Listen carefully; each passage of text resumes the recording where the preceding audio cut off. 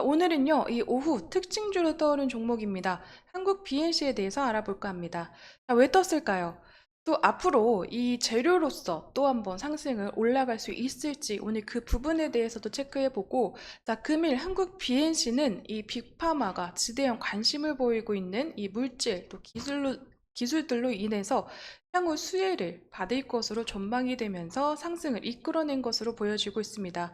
자, 과연 기사에서 말하고 있는 이 퀀텀 점프가 가능할지 오늘 체크해보는 시간 가져보면서요. 또 한국 BNC가 공동적으로 개발하고 있는 이 기업들과의 움직임, 그로 인해서 점점 커지고 있는 한국 BNC의 이 파이프라인에는 왜 주목해야 되는지 오늘 그 부분에 대해서도 그 이유에 대해서도 알려드릴까 합니다.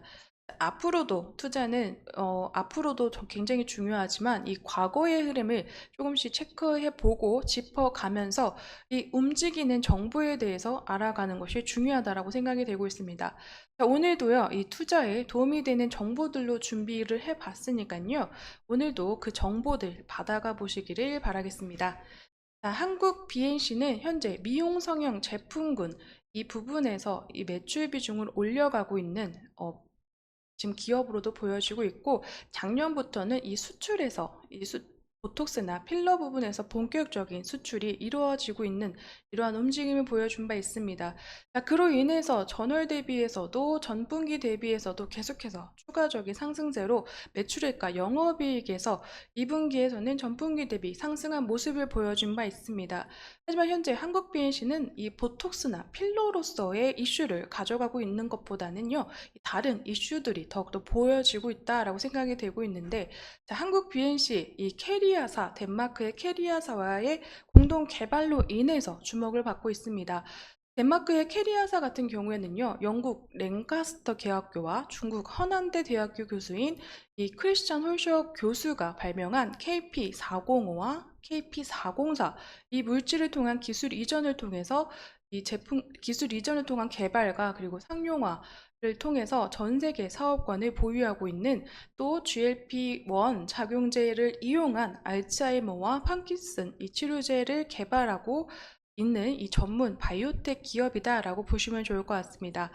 자, 캐리아사는 GLP-1 작용제가 뇌혈관을 통과해 작용하게 되면 알츠하이머와 이 파킨슨 병에 치료한다는 이러한 임상 결과를 기반으로 해서 이 GLP-1, GIP 이중작용제에 이 세포투과 펩타이드를 붙여서 뇌혈관 장벽을 투과할 수 있게 해서 효과적으로 뇌질환을 치료할 수 있다라는 새로운 패러다임을 제시한 기업으로도 보여지고 있는데, 자, 이러한 부분에서 현재 한국 BNC가 지난 4월 15일 날 캐리아사의 전략적인 지분 투자를 함으로써 이 KP405와 404에 대한 이러한 한국 그리고 싱가포르, 말레이시아, 태국, 인도네시아 5개국의 독점 판매 계약을 체결함으로 인해서 이 수익성 개선이 더욱더 이루어질 것으로 부각을 받고 있는데요. 자, 덴마크 캐리아사가 말하기로는요, GLP-1, GIP 이중작용제로 뇌혈관 장벽 투과율을 높인 이 KP405와 KP404는 글로벌 빅파마들이 굉장히 높은 관심을 가지고 있는 기술이라고 합니다. 그렇기 때문에 임상 1상을 시험을 성공적으로 마무리할 경우에는 글로벌 라이선스 아웃될 확률이 높아지고 있기 때문에 이러한 임상시험이 성공할 경우에는 높은 라이선스 아웃 수익 상출을 함으로 인해서 이 전략적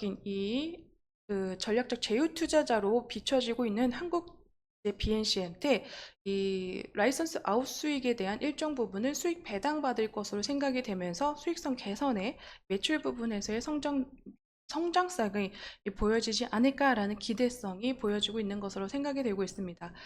자, 오늘 뜬 기사에서는요, 이 노보노디스크 대항마로도 부각이 되고 있는데, 그러한 이유로는 현재 노보노디스크가 만든 이 세마글루티드 알츠하이머성 치매 개선 효과를 입증하기 위해서 노보노디스크가 대규모 이 3상 시험을 2025년과 2026년쯤에 마칠 예정이라고 합니다. 자, 이러한 시점에서 노보노디스크 임상 3상이 유의미한 결과가 나오게 되면 이 캐리아사와 공동 개발하고 있는 GLP-1, GLP 이중작용제 약물 가치도 동방 상승할 것으로 생각이 되고 있기 때문에 노보노디스크의 임상이 좋아지면 이 캐리아사의 공동으로 개발하고 있는 이 부분에서도 좀 좋아지면서 노보노디스크의 대항할 수 있는 대항마로도 부각이 될 것으로 예상이 되고 있다라고 얘기가 되고 있는 것인데요. 자, 그러한 이유 중에 하나로도요, GLP-1, GIP 이중작용제에 세포2가 펩타이드를 붙여 이 뇌혈관벽 투과율을 높였기 때문에 주목을 받고 있다고 합니다. 자, 노보노디스크 세마글루타이드보다요, 현재 이 GI1, GIP 이중작용제가 뇌세포 재생과 시냅스 신경전달 가소성 향상 그리고 뇌 대사 활성화, 그리고 뇌 염증 완화, 아밀로이드 이 베타와 이 타우 등 비정상 단백질 음집체 제거에 오히려 이 노보노디스크보다 굉장히 효과적이라는 라고 말했기 때문에 그로 인해서 이 일상이 성공하게 되면 이 빅파마의 라이선스 아웃을 진행할 것으로 생각이 되면서 이러한 기대성이 현재 주가에 반영되고 있는 것이다 라고 얘기가 되고 있습니다.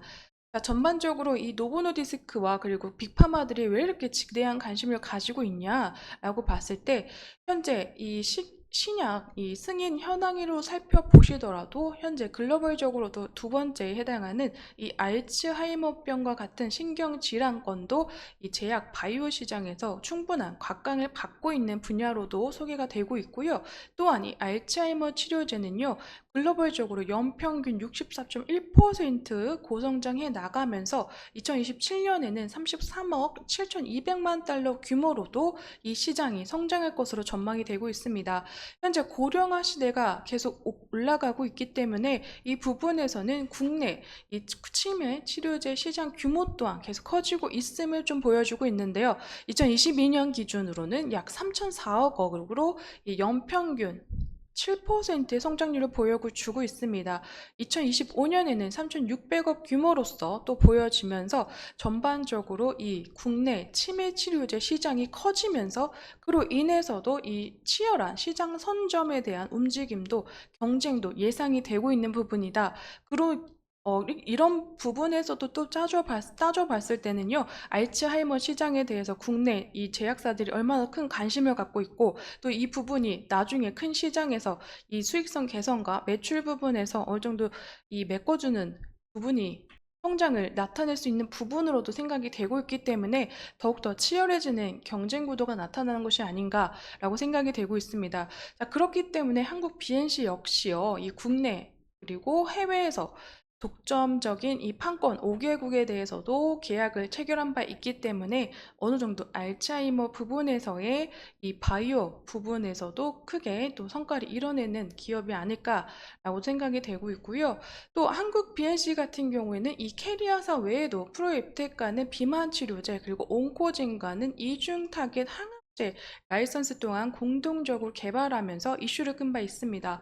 자, 계속해서 현재 이슈로만 지금 현재 주목을 받고 있지만 이 부분에서만 주목해야 될 것이 아니라 프로입텍과 온코젠 그리고 캐리아사와 계속해서 이뤄져 내가고 있는 이러한 공동 개발 이 파이프라인에 좀 더 집중해 봐야 된다라는 흐름을 왜 주목해야 되냐라고 생각을 했을 때는요, 전반적으로 이 한국 BNC의 주가 상승이 이러한 모멘텀에서 많이 이루어져 나갔기 때문이다라고 말씀드리고 싶습니다. 자, 온코젠을 통해서도요, 어느 정도 이 1월부터 상승세를 가져간 바 있고 또 이 비만 치료제로 인해서 상승세를 보여준 바 있습니다. 그러한 흐름은요, 계속 꾸준하게 상승 모멘텀으로 작용을 했다가 코로나 백신을 개발했던 회사였기 때문에 이번 3월에는 일본 독성 감염병 확산으로 인해서 추가적인 수혜를 받은 바 있고 그 이후에는 다시금 이 프로임특가의 이 비만 치료제 시장이 커지고 있고 주목을 받고 있는 시점에서 이 부근에서 다시 한번 상승의 흐름세를 보여준 바 있습니다.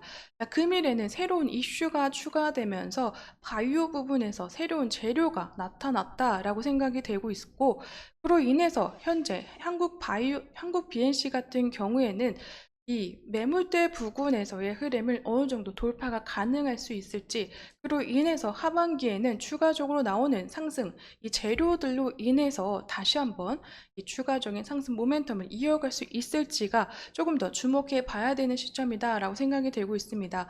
자, 금일에도요, 이 정배열 부근에서 다시 한번 주가가 마감됐고, 그 이후 이 매물대 부근을 돌파할 수 있는지, 다음 거래일에 그리고 앞으로도 이 터지는 거래량에 비해서 이슈가 계속 받쳐주면서 모멘텀이 따라줄지는 지켜봐야 되는 상황이다라고 생각이 되고 있지만, 한국 BNC 같은 경우에는 하반기 주도적으로 이 바이오 섹터를 가져갈 비만 치료제에 대한 재료도 있고, 또 어느 부분에서 또 다시 캐리아사와의 흐름, 그리고 온코젠과의 이중 타겟, 이러한 항암제 흐름까지도 이 재료로서 나올 수 있는 모멘텀들이 계속 보여지고 있기 때문에 이 하반기는 현재 이번 1월부터 보여줬던 상승의 흐름세를 가져가면서 이 우상향으로서의 주가가 상승세를 이어갈 수 있는 타이밍이 오지 않을까라고 생각이 되고 있습니다.